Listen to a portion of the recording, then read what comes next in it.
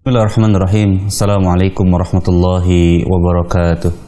Alhamdulillah. Nahmaduhu wa nasta'inuhu wa nastaghfiruh. Wa na'udzu billahi min shururi anfusina wa min sayyiati a'malina.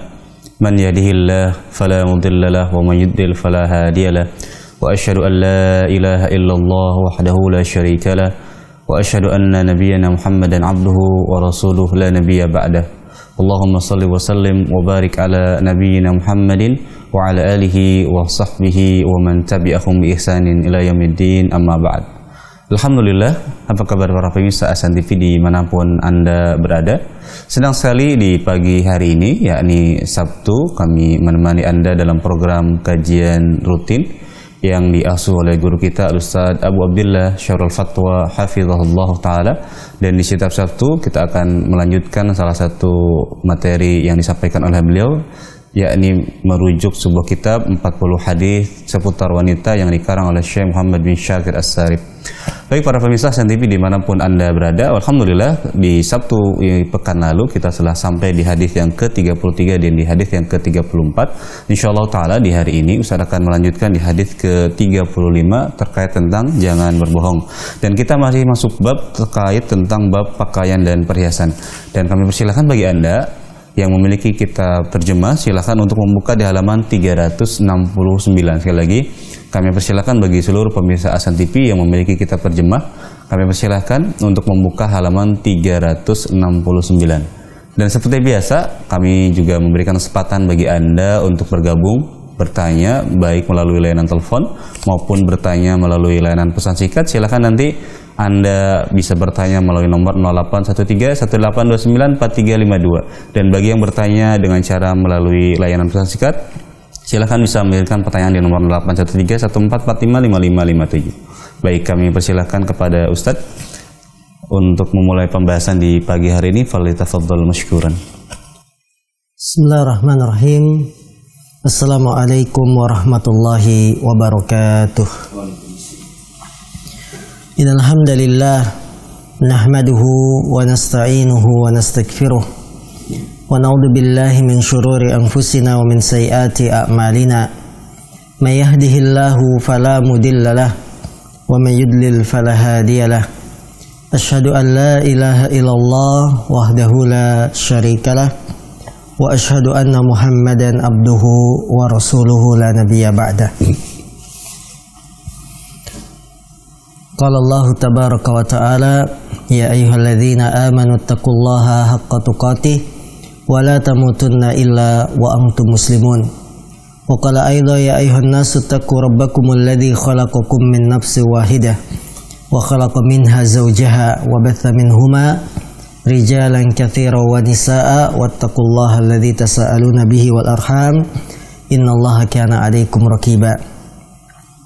Fa inna asdaqal hadis kitabullah wa khairal hadi hadi Muhammadin sallallahu alaihi wasallam wa syarrul umuri muhdatsatuha fa inna kulla muhdatsatin bid'ah wa kulla bid'atin dhalalah wa kulla dhalalatin finnar. Saudara-saudariku kaum muslimin dimanapun Anda berada, alhamdulillah pagi hari yang cerah ini kita tidak lupa untuk bersyukur kepada Allah Subhanahu wa taala. Bersyukur atas kenikmatan yang kita dapatkan dalam kehidupan dunia ini. Kenikmatan kita bisa beristirahat semalaman, ya, kemudian pagi hari bangun dalam keadaan segar. Oleh karena itu Nabi mengajarkan kita untuk berdoa ketika bangun tidur. Alhamdulillahilladzi ahyana ba'dama amatana wa ilaihin nusyur. Segala puji bagi Allah. Dimulai dengan pujian, ungkapan syukur.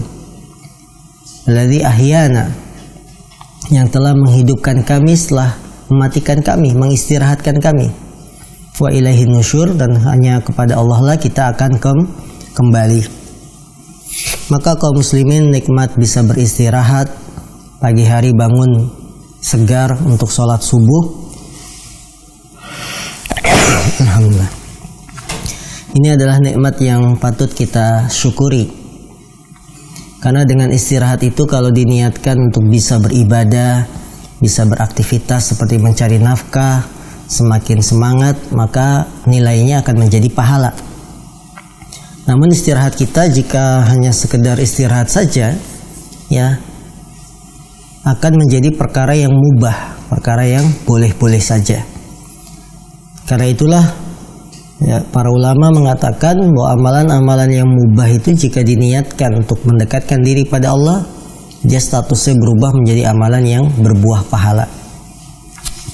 Saudara-saudariku yang dimuliakan Allah SWT, tidak terasa kita sudah sampai hadis ke-35. Ini berarti sekitar 7 hadis lagi kita akan menyelesaikan kitab ini. Ya, tidak sampai 1 tahun, alhamdulillah kita bisa menyelesaikan buku ini. Dan semoga apa yang kita dapatkan dari hadis nomor 1 sampai 34 merupakan ilmu yang bermanfaat bagi diri kita, pedoman hidup yang bisa kita amalkan. Karena memang hadis-hadis Nabi adalah sumber petunjuk, sumber hukum Islam yang disepakati oleh para ulama. Hadis ke-35, penulis rahimahullah, beliau mengatakan, babu nahyin nisa'i anit tazwiri fil libas wa tashabbu' bima lam tu'ta. Bab larangan wanita untuk berbohong, berdusta fil libas, di dalam pakaian, wa tashabbu' dan merasa kenyang dengan apa yang tidak diberi. An Aisyata anna imra'atan qalat, ya Rasulullah, aqulu inna zawji a'tani ma lam yu'tini. Faqala Rasulullah sallallahu alaihi wasallam, al-mutashabbi'u bima lam yu'ta kalabisi sawbai zur. Dari Aisyah, semoga Allah meridhoinya, bahwasanya ada seorang wanita yang bertanya pada Rasulullah, wahai Rasulullah, aku berkata sesungguhnya suamiku memberikan kepadaku apa yang dia tidak berikan. Artinya, bagaimana pendapatmu wahai Rasul kalau saya mengaku suami saya memberi sesuatu padahal dia tidak memberi? Maka Rasulullah SAW menjawab, kalau ada orang yang seperti ini mengaku diberikan sesuatu oleh suaminya padahal suaminya tidak memberi, Rasulullah mendengar hal itu, beliau menjawab, al-mutashabbi'u bima lam yu'ta, orang yang merasa kenyang dengan apa yang tidak diberi, itu seperti memakai 2 pakaian kedustaan.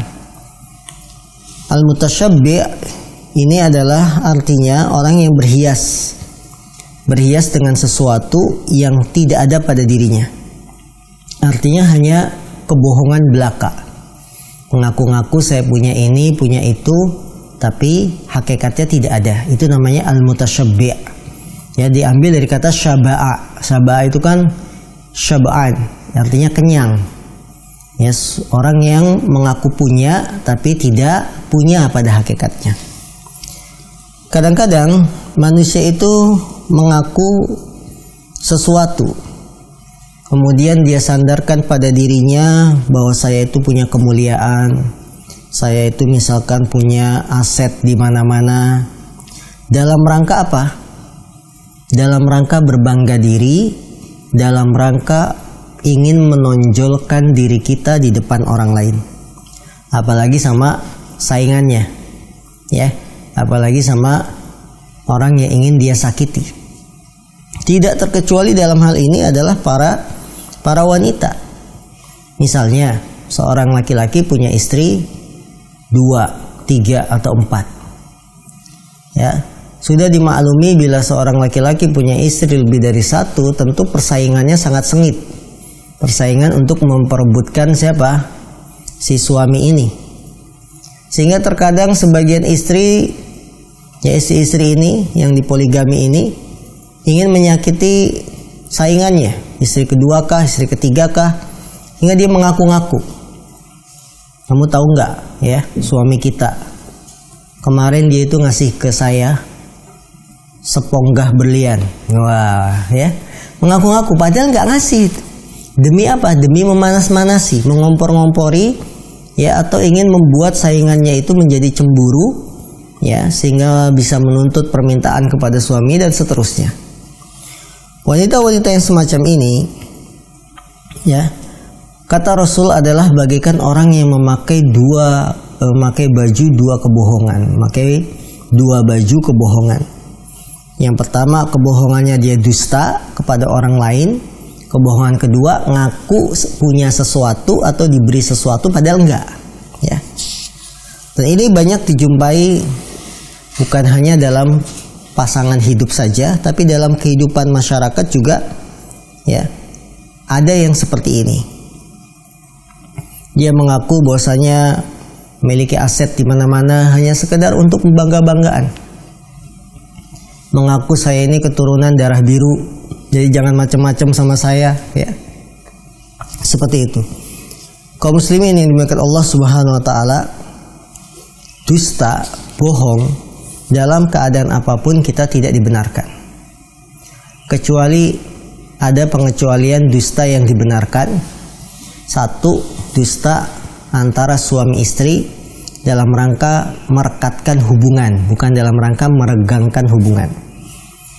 Suami berdusta kepada istrinya dalam rangka merekatkan hubungan. Ketika suami ditanya, "Mas, gimana masakan saya hari ini?" Wah, suaminya menjawab, "Masakan kamu hari ini tidak ada duanya." Ya. Tidak ada duanya, sehingga si istri berbunga-bunga, ya, bergembira, padahal maksudnya tidak ada duanya itu ya kamu yang paling tidak enak gitu kan. Tidak ada duanya, tapi berdusta si suami dalam rangka merekatkan hubungan, bukan merenggangkan hubungan. Yang kedua, dusta itu dibolehkan ketika dalam peperangan, karena Rasulullah mengatakan al-harbu khida. Peperangan itu penuh dengan tipu daya, tipu muslihat. Ya, al-harbu khida. Peperangan itu penuh dengan tipu daya dan tipu muslihat. Ketika ada musuh nanya ke kita, "Kamu dari mana?" Ya. Padahal yang ditanya itu mata-mata dari kaum muslimin misalkan, ditanya oleh musuh. Kemudian dia boleh menjawab, "Kami dari ini." Bukan terus terang saya orang muslim, ya saya adalah musuh kamu. Tidak, karena peperangan itu penuh dengan tipu daya. Keadaan ketiga, berbohong atau berdusta, tidak menyampaikan hakikat sebenarnya apabila di dalamnya ada kebaikan, atau yang biasa disebut dengan tauriyah. Dia menyampaikan sesuatu maksudnya A, tapi dipahami oleh orang maksudnya adalah B. Seperti Imam Ahmad ketika ditanya apakah ada di pengajian halaqah Imam Ahmad seorang yang bernama Al-Marudhi. Marudhi ini sedang dicari-cari oleh pemimpin, ya. Imam Ahmad tahu Marudhi itu ada di tempat kajiannya, ya, tempat halaqahnya. Tapi ketika ditanya oleh orang yang mencari dia, dan Imam Ahmad tahu bahwa Marudhi ini dalam bahaya, ya, apakah ada Marudhi di sini? Imam Ahmad sambil menepuk tangannya, "Laisa hahuna marudhi wa ma huwa huna marudhi." Nah, sambil menepuk tangannya, "Laisa huna marudhi." Tidak ada di sini marudhi. Maksudnya yang dimaksudkan tidak ada di sini itu di telapak tangannya. Nah, gitu. Padahal ada di depannya. Ini bukan dusta, tapi ini tauriyah dalam rangka memberikan jaminan keamanan pada seorang karena dia dalam bahaya. Begitupun Nabi Muhammad SAW ketika hijrah ke Madinah bersama Abu Bakar, ya, beliau berboncengan, ya, naik onta, ketemu seseorang mata-mata, ditanya, "Kalian dari mana?" Karena yang mata-mata ini nggak tahu, tidak tahu wajah Nabi Muhammad, tidak tahu wajah Abu Bakar. Dan Abu Bakar dan Nabi Muhammad kan dikejar, ya, dibuat sayembara, barang siapa bisa mendapatkan Muhammad hidup atau mati, maka dia dapat hadiah yang besar. Abu Bakar menjawabnya apa? Ya, bahwa kamu dari mana? Nahnu min ma'in. Kami dari air. Ya, kamu dari mana? Min ma'in. Kami dari air. Yang mendengar min ma'in dari air maksudnya adalah sebuah kabilah, suku bernama suku Ma. Memang itu ada di wilayah Arab Mekah, ada suku namanya suku Ma. Tapi yang dimaksudkan Abu Bakar, kami dari air, maksudnya dari nutfah, air mani. Kemudian ditanya lagi, siapa yang di belakangmu? Maksudnya Rasul. Dijawab oleh Abu Bakar, huwa hadit torik. Dia adalah penunjuk jalan. Lihat bagaimana Abu Bakar dalam situasi yang sangat genting. Ditanya Nabi Muhammad siapa, bilangnya apa? Hadit torik, penunjuk jalan. Dalam hati Abu Bakar, penunjuk jalan kebenaran. Siapa? Rasul Sallallahu Alaihi Wasallam. Ini bukan bohong. Ini dalam rangka menyelamatkan diri saat kondisinya emergensi. Coba kalau terus terang, siapa dia? Muhammad. Sudah. Ya, bisa meninggal Rasul SAW. Ya, ini keadaan-keadaan yang dibolehkan berdusta dan berbohong. Yaitu ketika dengan istri, ketika perang, dan ketika ada satu kemaslahatan, kebaikan yang bisa diambil ketika kita mengucapkan sesuatu tidak pada hakikatnya, bukan bohong ya, berarti tauriyah di sini. Nah, begitupun para istri, para wanita kalau mengaku-ngaku sesuatu yang tidak dia punya, terkena larangan hadis ini. Ya. Terkena larangan hadis ini. Terkadang para ibu itu ketika kumpul ceritanya macam-macam kan. Kamu tahu nggak? Kemarin saya itu baru datang dari Hong Kong, ya, dari Belanda. Padahal maksudnya Hong Kong dan Belanda itu kamarnya dia di rumah. Kamar 1 dinamai Hong Kong, kamar 2 dinamai Belanda. Ya. Kalau tujuannya dia hanya untuk berbangga-bangga, maka ini tidak boleh. Saya tuh punya koleksi jam, tahu nggak? Sampai 100 jenis. Wah. Padahal tidak sebenarnya. Atau bercerita tentang suaminya. Suamimu kalau ngasih uang bulanan berapa? Oh, jangan ditanya suami saya ngasih uang bulanan. Nolnya aja nggak bisa kehitung. Artinya apa? 1 rupiah. Nah ini. Jadi janganlah kita berdusta, berbohong hanya untuk menaikkan pamor kita, atau hanya untuk ingin berbangga-bangga, ya, ingin menjatuhkan orang lain. Ini tidak boleh. Pelajaran yang bisa kita petik dari hadis ini, yang pertama, celaan bagi orang yang memakai pakaian kedustaan, berhias dengan kedustaannya. Bahkan ada orang yang menjadikan kedustaan itu sebagai pakaian sehari-hari dalam rangka mengharapkan belas kasih dari manusia. Ya, berjumpa dengan orang, bagaimana keadaannya? Alhamdulillah baik. Ya. Alhamdulillah baik. Ya. Tapi anak belum bayar SPP. Buat apa seperti ini? Ya, alhamdulillah baik, tapi anak belum bayar SPP. Alhamdulillah baik. Ya, kontrakan masih nunggak 3 bulan. Ya ini, kedustaan itu dijadikan sebagai perhiasan atau pakaian. Ini nggak boleh seperti ini. Kalau bilang alhamdulillah baik, udah alhamdulillah baik ala kulli hal, ya, bagaimanapun kondisinya. Alhamdulillah ala kulli hal, segala puji bagi Allah ala kulli hal, dalam setiap keadaan kita bersyukur. Keadaan suka, duka, senang, susah, bersyukur pada Allah. Jangan hanya kita berhias dengan kedustaan demi mengharapkan belas kasih manusia, ya. Bagaimana keadaan istri? Alhamdulillah, istri sekarang dirawat, ya, di rumah sakit Cipto. Penyakitnya apa? Wah, penyakitnya itu ada 9 macam. Astagfirullah, ya.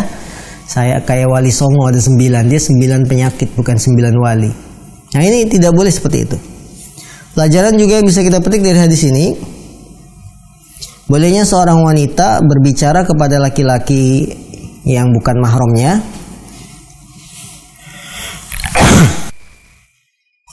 apabila dalam rangka meminta fatwa atau ada kebutuhan. Dalam hadis ini seorang wanita bertanya, wahai Rasulullah, bagaimana kalau aku mengatakan suamiku memberikan sesuatu kepadaku padahal dia tidak memberikannya. Ini kan ada percakapan antara Rasul dengan seorang wanita, yang mereka, Rasul dengan seorang wanita ini tidak ada hubungan keluarga. Dan itu boleh seorang wanita bercakap-cakap, berbicara dengan laki-laki, dengan syarat wanita tersebut berbicaranya wajar, tidak dibuat-buat lembut, ya, tidak dibuat genit. Tahu genit? Genit itu ganjen. Ganjen itu apa ya? 11-12 lah, genit dan ganjen. Artinya menggoda. Ini tidak boleh. Karena akan membuat terfitnah laki-lakinya. Maka para wanita muslimah yang dimuliakan Allah SWT, ketika Anda berbicara dengan laki-laki yang bukan suami Anda, bukan saudara mahram Anda, berbicara yang wajar. Tidak usah dibuat lembut, tidak usah dibuat menarik hati, ya, tidak pula dibumbui dengan hal-hal yang bisa mengundang fitnah. Karena fitnah terbesar yang dikabarkan oleh Nabi kita SAW adalah fitnahnya wanita. Fitnah dunia yang paling besar itu fitnah wanita, mengalahkan fitnahnya harta dan lain-lain. Seorang yang miskin tidak punya apa-apa bisa hancur keluarganya gara-gara fitnah wanita, ya. Maka berhati-hatilah ketika kita berinteraksi antara laki-laki dan wanita. Pelajaran juga yang bisa kita petik dari hadis ini, orang yang meminta fatwa, walaupun meminta satu perkara, maka tidak boleh dan tidak pantas untuk dibentak. Akan tetapi kita tunjukkan yang benar.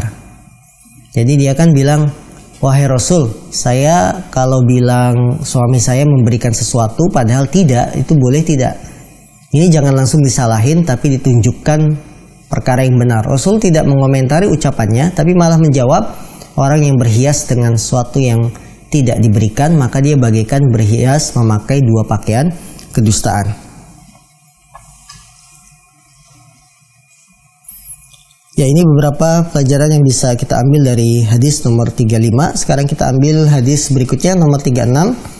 Babu maja'a fi lubsin nisa'i an-ni'ala al-aliyah wa bayan anna dhalika min fi'lil yahudiyat. Bab penjelasan tentang wanita memakai alas kaki, sandal yang tinggi. Kemudian penjelasan bahwa hal itu termasuk perbuatan wanita-wanita Yahudi. Ya, memakai alas kaki yang tinggi tumitnya. Kemudian menjelaskan bahwa itu perbuatan siapa? Wanita-wanita Yahudi. An Abi Sa'idin Al-Khudri radhiyallahu anhu anin Nabi sallallahu alaihi wasallam qala kanat imra'atun min bani Israila qasiratun tamshi ma'a imra'ataini tawilatain fattakhadat rijlaini min khasabin wa khataman min dhahabin mughlaqun mutbaqun thumma hashathu miskan wa huwa atyabut tib famarrat bainal mar'ataini falam ya'rifuha faqalat biyadiha hakadha wa nafadha syu'bah. Dari Abu Sa'id Al-Khudri, semoga Allah meridainya, dari Nabi SAW, dia berkata, ada seorang wanita dari Bani Israel yang pendek, ya, dia tidak tinggi, berjalan bersama dua orang wanita yang tinggi. Maka wanita yang pendek ini dari Bani Israel ini mengambil kaki palsu terbuat dari kayu, ya, mengambil kaki palsu terbuat dari kayu. Kemudian memakai cincin dari emas yang melingkar. Kemudian beliau memakai, wanita ini sudah yang pendek ini memakai kaki palsu terbuat dari kayu, pakai cincin emas, kemudian memakai minyak wangi, misk, yang dia merupakan atyabut tib, ya, minyak wangi yang paling wangi. Maka wanita tersebut lewat di antara dua wanita yang tadi, yang tinggi. Falam ya'rifuha, maka kedua wanita ini atau orang lain tidak mengenal siapa dia, karena sudah memakai kaki palsu yang tinggi, ya. Wanita yang berjalan tadi yang lewat memberikan isyarat dengan kedua tangannya dan menggerakkan tangannya, ya, dengan menampakkan apa? Menampakkan gelang atau cincin yang dipakai, cincin emas tersebut. Hadis ini merupakan berita dari Rasul SAW tentang keadaan umat Bani Israel. Kadang-kadang Rasulullah itu menceritakan peristiwa-peristiwa yang terjadi pada Bani Israel sebagai pelajaran bagi umatnya. Apa yang terjadi pada Bani Israel ini bisa diambil pelajaran kebaikan dan keburukan, karena tidak semuanya mereka itu melakukan keburukan. Dalam hadis ini Rasul menceritakan ada seorang wanita yang pendek, tidak tinggi. Ketahuilah kaum muslimin, takdir dan ketentuan Allah itu ada yang bisa dirubah dan ada yang tidak bisa dirubah, tidak bisa dioprek-oprek lagi. Di antaranya apa? Jenis kelamin. Di antaranya apa? Tinggi dan pendeknya seseorang. Ya, ini sesuatu yang tidak bisa dirubah, walaupun bisa diusahakan. Ya, misalkan banyak olahraga, banyak berenang, main basket, bisa lebih tinggi, ya. Namun ketika sudah mentok di usia yang tidak bisa bertambah lagi ketinggian, orang ingin tinggi, maka wanita dari Bani Israel ini tidak kehilangan cara. Dia pakai rijlain, dua kaki palsu terbuat dari kayu. Kalau zaman sekarang ada mainan yang naik bambu, itu namanya apa itu? Kan kelihatan tinggi, ya. Ya seperti itulah kira-kira. Karena zaman dulu kan tidak bisa kita bayangkan seperti sekarang banyak kaki palsu buatan atau alas kaki yang haknya tinggi. Zaman dulu pakai kayu. Ketika si wanita ini sudah pakai kaki buatan sehingga kelihatan tinggi, bahkan dia pakai cincin emas, pakai minyak wangi, tidak ada yang kenal dia. Padahal dulunya dia dikenal orang yang pendek, kok sekarang tinggi, jadi tidak ada yang mengenalinya. Hadis ini berisi larangan kepada semua wanita tidak boleh memakai alas kaki, baik itu sandal atau sepatu yang berhak tinggi. Namanya apa itu, ada istilahnya high apa ya, itulah. Yang jelas haknya tinggi, tumitnya itu dibuat tinggi. Kenapa ini tidak boleh? Karena ini termasuk bentuk penipuan. Orang yang pendek akan terlihat lebih tinggi. Nah, itu penipuan yang sangat jelas sekali. Ya. Nah, ini termasuk merubah ciptaan Allah Subhanahu wa ta'ala. Karena itu kaum muslimin yang dimuliakan Allah Subhanahu wa ta'ala, apa yang sudah ditentukan oleh Allah maka kita terima dengan sebaik-baiknya, sehingga akan menjadi pahala bagi kita, bukan malah menjadi dosa. Apa yang Allah tentukan kalau kita tolak bisa menjadi dosa, dengan operasi plastik kah, dengan berupaya mencari kaki palsu kah, dan sebagainya. Pelajaran yang bisa kita petik dari hadis ini, yang pertama, bolehnya menceritakan berita tentang umat-umat terdahulu. Bolehnya kita menceritakan berita umat-umat terdahulu untuk diambil pelajaran. Nabi Muhammad menceritakan dahulu dari Bani Israel ada seorang pembunuh yang sudah membunuh 99 nyawa. Dia ingin tobat, nanya ke seorang pendeta, dikatakan tidak ada tobat bagimu. Nanya kepada seorang alim ulama, ada tobat bagimu. Akhirnya dia bertobat. Ini kan bisa diambil pelajaran bahwa dosa besar itu jangan berputus asa dengan dosanya. Ya, bahwa Allah Maha menerima taubat. Maka menceritakan umat-umat terdahulu dibolehkan, terlebih lagi kalau kita ingin mengambil pelajaran dari kisah tersebut. Ya. Allah Subhanahu wa ta'ala sendiri sering mengisahkan dalam Al-Quran cerita-cerita para nabi. Wa fi qasasihim ibratun liulil albab, kata Allah, dalam kisah-kisah mereka ibratun, ada ibroh. Apa ibroh? Pelajaran. Liulil albab, bagi orang-orang yang berakal. Maka boleh kita ceritakan. Ya. Bahkan dalam dunia pendidikan sekarang, menceritakan sesuatu cerita kepada anak itu bisa memberikan pengaruh yang kuat, perubahan dalam kejiwaan anak. Yang disebut apa? Story healing atau apa itu istilahnya ya. Jadi kita kalau menceritakan sama anak misalkan menjelang tidur itu bagus sekali. Ceritakan masa dulu. Kamu tahu nggak nak, Abi Umi dulu tuh susah, ngontrak, pindah-pindah, kehujanan, rumah bocor, ya. Kemudian jualan pagi-pagi keliling, menjajakan dagangan sampai kehujanan dan seterusnya. Ini boleh, akan membangkitkan kejiwaan semangat anak, dan itu sudah diajarkan oleh Nabi.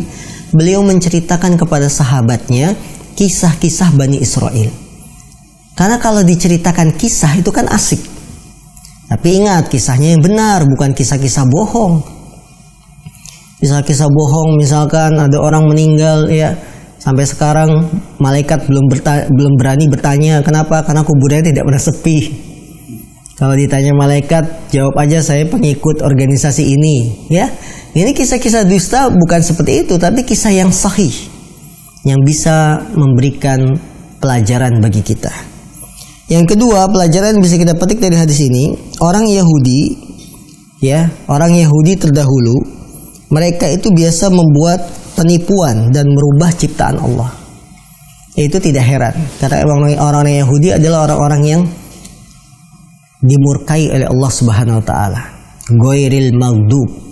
Kenapa mereka dimurkai? Karena mereka sering membuat tipu daya. Mereka mencari akal bagaimana lepas dari larangan Allah Subhanahu wa taala. Ya itu kebiasaan orang Yahudi, dan sampai sekarang terkenal Yahudi itu licin.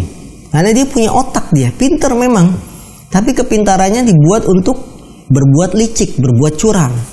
Ya, itulah akhlak orang Yahudi, dan orang Muslim tidak boleh meniru-niru gaya sifat dari orang Yahudi.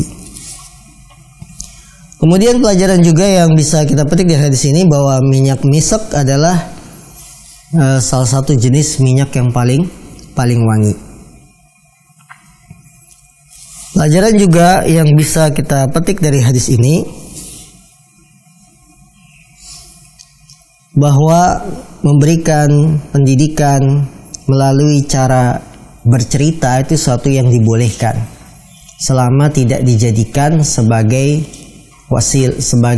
sarana dakwah yang bisa menipu manusia. Ya. Kalau tukang cerita bohong untuk menarik manusia masuk Islam, ini tidak boleh. Tapi harus cerita itu cerita yang benar. Karena itu ada seorang ulama ketika mendapati di masjid ada tukang ceritanya cerita dusta. Ya, agar orang ini tertarik mengikuti dakwahnya. Maka ulama ini mencabut bulu ketiaknya di dekat orang yang sedang cerita ini. Kemudian tukang ceritanya protes. Apa kamu tidak malu mencabut bulu ketiakmu di depan kita semua yang lagi mendengarkan cerita-cerita ini? Kata ulama ini, apa yang saya lakukan lebih baik. Karena mencabut bulu ketiak sunnah. Sementara mendengarkan cerita dusta bid'ah, ya. Nah, ini menunjukkan pada kita bahwa bercerita dalam rangka dakwah boleh, tapi jangan dijadikan sebagai sasaran utama, apalagi sampai menghiasi, membumbui cerita tersebut dengan hal-hal yang dusta agar orang tertarik dan lain-lain. Dan tukang cerita di zaman kita sekarang sudah mulai banyak. Tukang ngarang, ya, tahun 2021 kiamat, ya, sudah dibaca di Terawang, presiden kita akan turun 2021 dan seterusnya. Itu tukang cerita bahwa kiamat sudah dekat, orang-orang kafir sudah masuk Masjid Nabawi di Madinah, ya, dan seterusnya. Tukang cerita, ya, jangan didengarkan orang-orang semacam ini. Ya, orang-orang yang bergaya seperti ustadz tapi isinya cerita bohong. Ramadan tahun kemarin dikabarkan tanggal 15-nya pas malam Jumat, awas ada kejadian besar. Begitu masuk tanggal 15 malam Jumat tidak ada apa-apa. Oh enggak, itu maksudnya begini. Ini tukang cerita. Entah apa lagi yang akan dibuat oleh tukang cerita dengan Ramadan tahun ini yang sudah semakin dekat.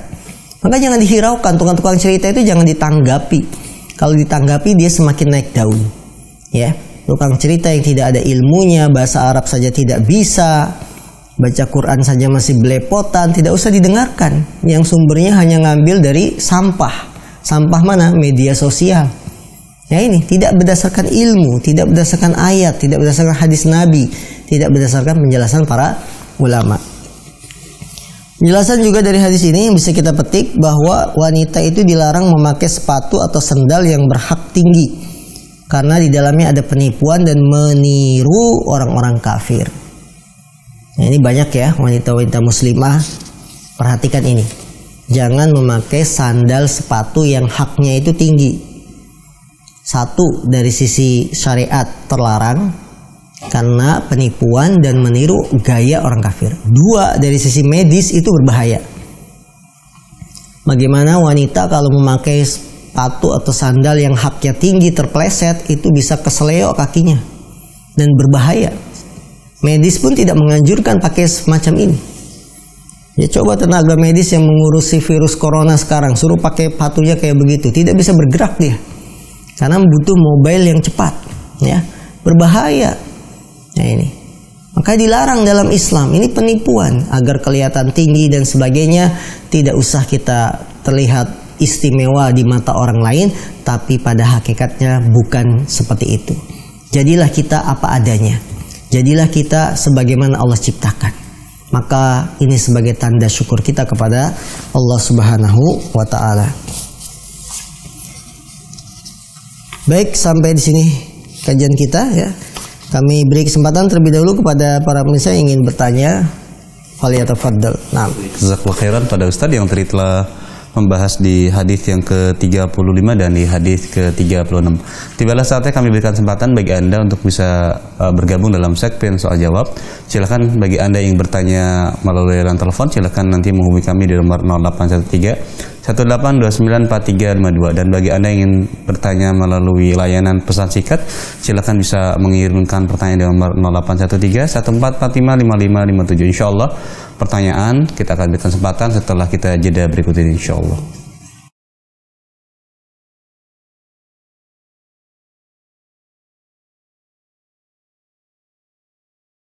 Baik para pemirsa Hasan TV dimanapun Anda berada, kita masuk dalam segmen soal jawab. Kami berikan kesempatan bagi para pemirsa yang bertanya secara langsung, silahkan menghubungi kami di nomor 0813-18294352. Adapun bagi Anda yang bertanya melalui layanan pesan singkat, silahkan bisa mengirimkan pertanyaan di nomor 0813-1445-5557. Baik, sambil kita menunggu telepon dari pemirsa, sudah ada beberapa pertanyaan yang sudah masuk melalui layanan pesan singkat. Yang pertama Ustadz dari hamba Allah. Assalamualaikum warahmatullahi wabarakatuh. Ustadz izin bertanya, bagaimana jika menggunakan sandal hak tinggi karena memang kebutuhan, misalkan memudahkan untuk mengendarai motor karena postur tubuh yang kurang tinggi, Ustadz? Syukran, mohon penjelasan dari Ustadz. Baik, pertanyaan yang pertama, bagaimana hukum memakai sandal yang berhak tinggi atau sepatu berhak tinggi karena ada kebutuhan, seperti mengendarai motor yang memang postur saya tidak terlalu tinggi, saya butuh pakai sandal berhak tinggi. Maka jawabannya tetap tidak boleh, ya, tetap tidak boleh. Kalau ingin berkendaraannya aman, misalkan tentunya kita bisa memilih kendaraan yang lebih pendek, seperti misalkan jenis-jenis motor yang agak ceper begitu kan ada ya, seperti merek apa begitu yang agak ringan yang memang khusus untuk wanita. Wanita tadi orang Yahudi yang memakai kaki palsu terbuat dari kayu, dia juga kan kebutuhan. Kebutuhannya apa? Supaya kelihatan tinggi di depan temannya. Tapi Rasul menceritakan hal ini sebagai bentuk larangan. Ya. Begitupun para wanita yang memakai sandal sepatu berhak tinggi dalam rangka ada kebutuhan naik kendaraan, tidak seperti itu. Ya. Walaupun dia memakai sandal seperti itu untuk tujuannya supaya aman berkendaraan, ini tidak dibenarkan, tetap tidak dibenarkan. Maka pilihlah jenis kendaraan yang memang jarak kaki kita bisa napak ke tanah. Ya. Jangan milih kendaraan motornya yang agak tinggi yang memang buat laki-laki misalkan. Ya, pilih yang untuk khusus wanita. Motor matic yang untuk wanita kan ada yang kecil-kecil yang memang bisa ditapak dengan kaki. Ini pilih yang seperti itu karena masih banyak cara. Ya, ini larangan itu tidak akan berubah statusnya walaupun kita butuh. Ya, ketahuilah bahwa Allah dan Rasul bila melarang sesuatu, dia hukumnya akan permanen sampai hari kiamat. Tidak bisa dirubah dengan alasan saya ada kebutuhan. Bukankah yang berinisiatif investasi miras itu juga beralasan kebutuhan ekonomi? Ya, bukankah para kupu-kupu malam yang menjajakan tubuh mereka di malam hari alasannya juga kebutuhan? Jadi larangan itu tidak bisa dirubah kalau ada kebutuhan dari kita. Itu tidak bisa. Kalau setiap orang setiap ada kebutuhan kemudian melanggar larangan, hancur agama ini. Apa gunanya undang-undang dari Allah ini dilarang, ini diwajibkan? Kemudian karena alasan saya ada kebutuhan, akhirnya larangan ini dilanggar. Hancur agama ini dan kebutuhan orang akan berbeda-beda. Saya berzina, ada kebutuhan ekonomi, hancur larangan zina jadi boleh, halal. Tidak seperti itu. Larangan itu kalau sudah datang larangan dari Allah dan Rasul, dia sifatnya permanen sampai hari kiamat. Tidak bisa dirubah di otak-atik dengan alasan kebutuhan. Ya. Tentunya kebutuhan orang berbeda-beda. Akan hancur agama ini, akan hancur undang-undang yang telah dibuat dalam Quran dan hadis Rasul. Tidak ada gunanya kalau setiap orang bisa merubah hukum dengan alasan ada kebutuhan. Maka setiap larangan harus kita tunduk terhadap larangan itu, baik bertentangan dengan kebutuhan kita atau sesuai dengan kebutuhan kita. Naam, Allah alam. Baik, jazakallahu khairan atas pertanyaan dari hamba Allah tadi. Kita bacakan pertanyaan berikutnya Ustaz dari hamba Allah kembali. Assalamualaikum warahmatullahi wabarakatuh. Ustaz, mohon penjelasan. Saat ini sudah mulai marak banyak klinik-klinik kecantikan, diantaranya adalah untuk memutihkan kulit. Bagaimana hukumnya? Apakah termasuk menyalahi takdir ketika seseorang menggunakan jasa fasilitas memutihkan kulit Apakah hal itu termasuk tidak menerima takdir dan termasuk pembohongan, Ustaz? Mohon penjelasan dan nasihat dari Ustaz. Dalam masalah kecantikan, dalam masalah perhiasan, syariat Islam ya telah memberikan patokan bahwa yang dimaksud merubah ciptaan Allah itu kalau yang pertama, kemarin sudah saya jelaskan ya patokan ini.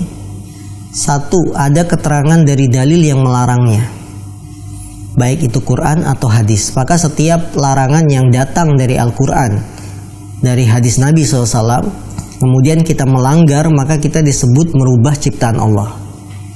Ya, itu. Yang kedua, berhias dan mempercantik diri yang dikategorikan merubah ciptaan Allah kalau sifatnya itu permanen. Permanen, dia tidak bisa berubah lagi. Maka kalau sifatnya hanya sementara, maka hal itu dibolehkan. Tidak dikatakan tidak masuk kategori merubah ciptaan Allah. Nah sekarang klinik-klinik kecantikan yang menawarkan pemutihan kulit, lebih putih dan lain-lain.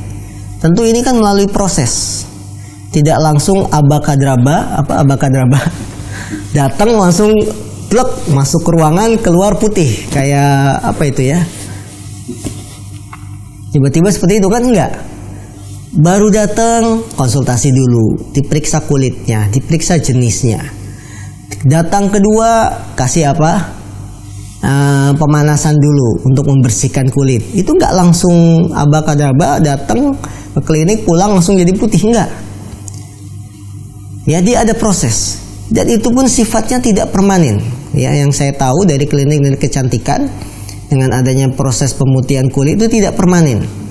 Kalau dia tidak teratur dalam merawat kulit, tidak mengikuti petunjuk dari dokter kulitnya, dia akan seperti semula lagi. Kalau yang permanen itu operasi plastik. Nah, operasi plastik itu jelas. Datang konsultasi, saya ingin putih, dokternya bilang ingin cepat, operasi plastik. Besoknya langsung eksekusi. Eksekusi ketika sudah operasi itu pun ada proses penyembuhan, begitu keluar langsung bening semua wajahnya. Itu namanya baru permanen dan itulah yang dilarang, merubah ciptaan Allah. Tapi yang berobat ya perawatan ke dokter kulit itu dia harus berkali-kali. Bahkan tidak sedikit sekali jalan datang dengan mengeluarkan uang yang tidak ringan. Harus berkali-kali dia, tidak bisa sekali langsung jadi putih. Kalau yang sekali jadi putih operasi plastik, itu dilarang karena sifatnya permanen. Namun dengan proses akhirnya membaik sedikit-sedikit. Komedonya pertama hilang, habis komedo hilang hidungnya hilang misalkan. Ya, nah itu karena proses. Kalau dia nggak balik lagi, dia akan kembali pada warna kulit aslinya. Nah itu tidak ada masalah kalau seperti ini. Nah, wallahu a'lam. Jazakallahu khairan atas jawabannya Ustaz. Kita berikan kesempatan bagi pemirsa yang ingin bertanya secara langsung di nomor 813-1829-4352. Sudah ada telepon yang masuk, kami persilakan. Halo, assalamualaikum. Waalaikumsalam. Dengan siapa di mana? Mama Ibu Ida dari Palembang. Ya, silakan di Palembang. Kami persilakan pertanyaannya langsung. Ya, assalamualaikum Pak Ustaz. Assalamualaikum warahmatullahi wabarakatuh. Nah, begini pertanyaan saya Pak Ustaz. Ini di bulan-bulan ini Pak Ustaz di daerah Palembang sini tuh kebanyakan orang-orang itu katanya itu ruahan Pak Ustaz. Ruatan? Nah, ruahan, ruahan tidak. Di sini itu kebanyakan orang itu membuat selamatannya namanya ruahan itu Pak Ustaz. Dan yang meninggal Pak Ustaz. Jadi ngirim doa itu ya membaca tahlil begitu Pak Ustaz, membaca Yasin begitu Ustaz. Itu tetangga semuanya itu di kalau itu RT begitu Pak Ustaz, di sedang begitu Pak Ustaz, membaca Yasin Ustaz. Ini dalam rangka menyambut bulan Ramadan ya Bu? Ini katanya itu bulan Sya'ban ini. Oh, di bulan Sya'ban. Baik. Baik. Katanya itu bagi yang saudara-saudaranya meninggal, apa istri, apa anak, apa bapak, begitu kan? Kirim doa begitu. Apa sampai atau tidak? Ada kalinya Pak Ustaz. Baik. Cukup Ibu pertanyaannya? Ini satu lagi ya Pak Ustaz. Baik, silakan. Nah, kalau ini suami saya ini sudah meninggal Pak Ustadz. Kalau saya itu berdoa Pak Ustadz, berdoa itu tidak ya biasa Pak Ustadz, kita kan tidak habis selesai sholat kita mengatakan apakah doa kita dijabah apa bagaimana ya, saya tak selesai ya Pak Ustadz. Baik Ibu. Assalamualaikum Pak Ustaz. Waalaikumsalam warahmatullahi wabarakatuh. Terima kasih Ibu yang bertanya dari Palembang. Baik, yang pertanyaannya adalah apakah ada contoh dari Rasulullah SAW terkait tentang ruwahan Ustaz? Jadi sebuah kegiatan berkumpul-kumpul dalam rangka pertengahan bulan Sya'ban Ustaz. Apakah ada contohnya dari Nabi SAW? Terus yang kedua, si Ibu ini qadarullah si suaminya sudah meninggal. Bagaimana tata cara doa agar bisa sampai dikirimkan untuk suaminya Ustaz? Baik, kaum muslimin dimiliki Allah SWT, menjelang pertengahan bulan Sya'ban, karena sekarang kita sudah masuk tanggal 13 atau 14 ya, 14 Sya'ban. Ada beberapa kegiatan yang dilakukan oleh sebagian masyarakat. Apakah itu disebut dengan, kalau di Palembang tadi ruwahan, di Jawa kenduri, selamatan ya, dalam rangka menyambut kegiatan pertengahan bulan Sya'ban. Ketahuilah kaum muslimin yang mungkin Allah SWT, Sya'ban itu memang bulan yang memiliki keutamaan, karena Nabi di bulan ini banyak puasa. Nabi di bulan ini bilang bahwa bulan Sya'ban itu amalan manusia akan diangkat kepada Allah. Betul, ada keutamaan-keutamaan itu. Tapi ketika kita mengkhususkan untuk kumpul-kumpul, mengkhususkan malam pertengahan bulan Sya'ban untuk makan-makan, untuk doa keselamatan bagi orang yang meninggal dan lain-lain, maka ini sudah masuk kategori mengkhususkan ibadah. Mengkhususkan ibadah. Kalau kita ingin mencontoh Rasul SAW, maka yang hanya dibolehkan banyakin puasa, bukan banyakin kumpul makan-makan, bawa air putih ke kiainya nanti didoain dan lain-lain ya. Atau mendoakan orang yang sudah meninggal di bulan ini, khusus hanya pertengahan bulan Sya'ban saja. Nabi itu puasanya bukan hanya pertengahan bulan Sya'ban, dari awal Sya'ban. Kata Aisyah, aku tidak melihat Rasul banyak berpuasa di bulan ini kecuali bulan Sya'ban. Jadi ketika kita mengkhususkan ibadah khusus di pertengahan bulan Sya'ban, ini termasuk melakukan acara yang tidak ada tuntunannya dari Nabi SAW. Pertanyaan kedua, bagaimana caranya agar istri ketika meninggal oleh suami, agar doa kita sampai kepada suami? Doa memiliki adab, doa memiliki aturan-aturan yang perlu kita perhatikan agar doa kita dikabulkan oleh Allah SWT. Yang pertama, adab dalam berdoa adalah kita ikhlaskan niat kita, bahwa kita berdoanya hanya kepada Allah.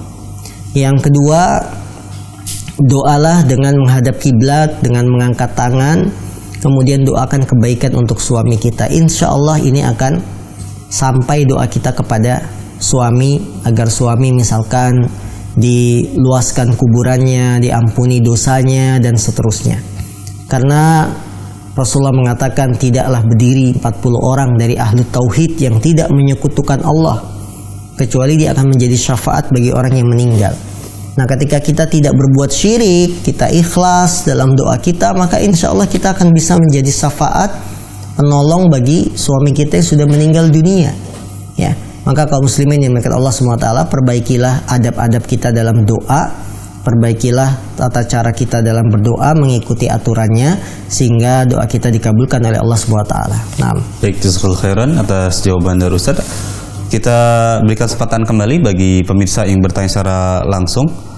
Kita bacakan beberapa pertanyaan yang sudah masuk Ustaz. Assalamualaikum warahmatullahi wabarakatuh. Ustadz, mohon nasihat dari Ustadz, bahwasanya karena keminiman ilmu kami tentang ilmu agama, sering kami men-share video atau artikel tentang materi-materi sunnah di grup keluarga kami. Tetapi ada beberapa keluarga kami yang manhajnya berbeda, tersinggung dengan materi itu.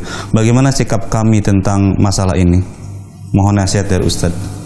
baik, kaum muslimin mungkin Allah SWT, terkadang ada perselisihan keluarga ya, karena perbedaan pendapat, perbedaan pandangan. Ketika kita punya grup keluarga, kemudian kita sering share artikel kah atau video kah atau apa ya, potongan-potongan pendek, filler-filler, kemudian membuat gaduh di grup keluarga tersebut, sehingga terputuslah hubungan silaturahim dan lain-lain. Maka nasihat kami saudaraku yang dimuliakan Allah SWT, dalam berdakwah kita butuh hikmah. Ya ud'u ila sabili rabbika bil hikmati wal mau'izatil hasanah wajadilhum billati hiya ahsan. Serulah manusia ke jalan Rabbmu bil hikmah, dengan cara hikmah, wal mau'izatil hasanah, dengan nasihat yang baik, dan juga debatlah orang-orang, wajadilhum, debatlah mereka dengan cara yang baik. Dalam ayat ini Allah memberikan 3 klasifikasi manusia. Ada klasifikasi manusia yang perlu dakwahnya itu dengan hikmah. Hikmah itu menempatkan sesuatu pada tempatnya. Maka tidak tepat kalau kita men-share artikel atau video di grup keluarga, padahal keluarga kita belum siap untuk menerima artikel itu. Itu kurang hikmah namanya. Maka nasihat saya, perbaikilah cara dakwah kita. Bagaimana bisa masuk ke grup keluarga dengan melihat beragam pemikiran, beragam pandangan yang dimiliki oleh keluarga. Kita lihat dulu anggota grup ini pemahamannya seperti apa, dilihat dulu. Ya, kemudian kita pilih artikel yang sesuai dari awal, dari dasar, yang bisa melembutkan hati mereka dulu, seperti itu. Jadi jangan langsung galak, jangan langsung sangar di grup keluarga, maka akan membuat gaduh. Wallahu a'lam. Nah, Jazakallahu khairan atas jawaban dari Ustadz. Dan pertanyaan tadi sebagai penutup Ustadz, di pagi hari ini sekali lagi kami ucapkan jazakumullahu khairan atas keluangan waktu Ustadz di setiap hari Jumat dan hari Sabtu dalam memberikan banyak pelajaran ilmu kepada kita semua. Dan kami ucapkan juga jazakumullahu khairan kepada seluruh pemirsa Ahsan TV yang menyimak tayangan kajian Ustadz di setiap Jumat dan Sabtu. Kami ucapkan terima kasih. Banyak beberapa pertanyaan yang sudah masuk yang belum sempat kami bacakan karena memang banyak materi-materi yang jauh dari tema kita, kemudian juga karena keterbatasan waktu kita di pagi hari ini. Maka izinkan kami atas nama kru yang bertugas di pagi hari ini, maaf jika ada kekurangan. Kita tutup dengan doa kafaratul majlis. Subhanakallahumma wa bihamdika asyhadu an la ilaha illa anta astaghfiruka wa atubu ilaik. Assalamualaikum warahmatullahi wabarakatuh.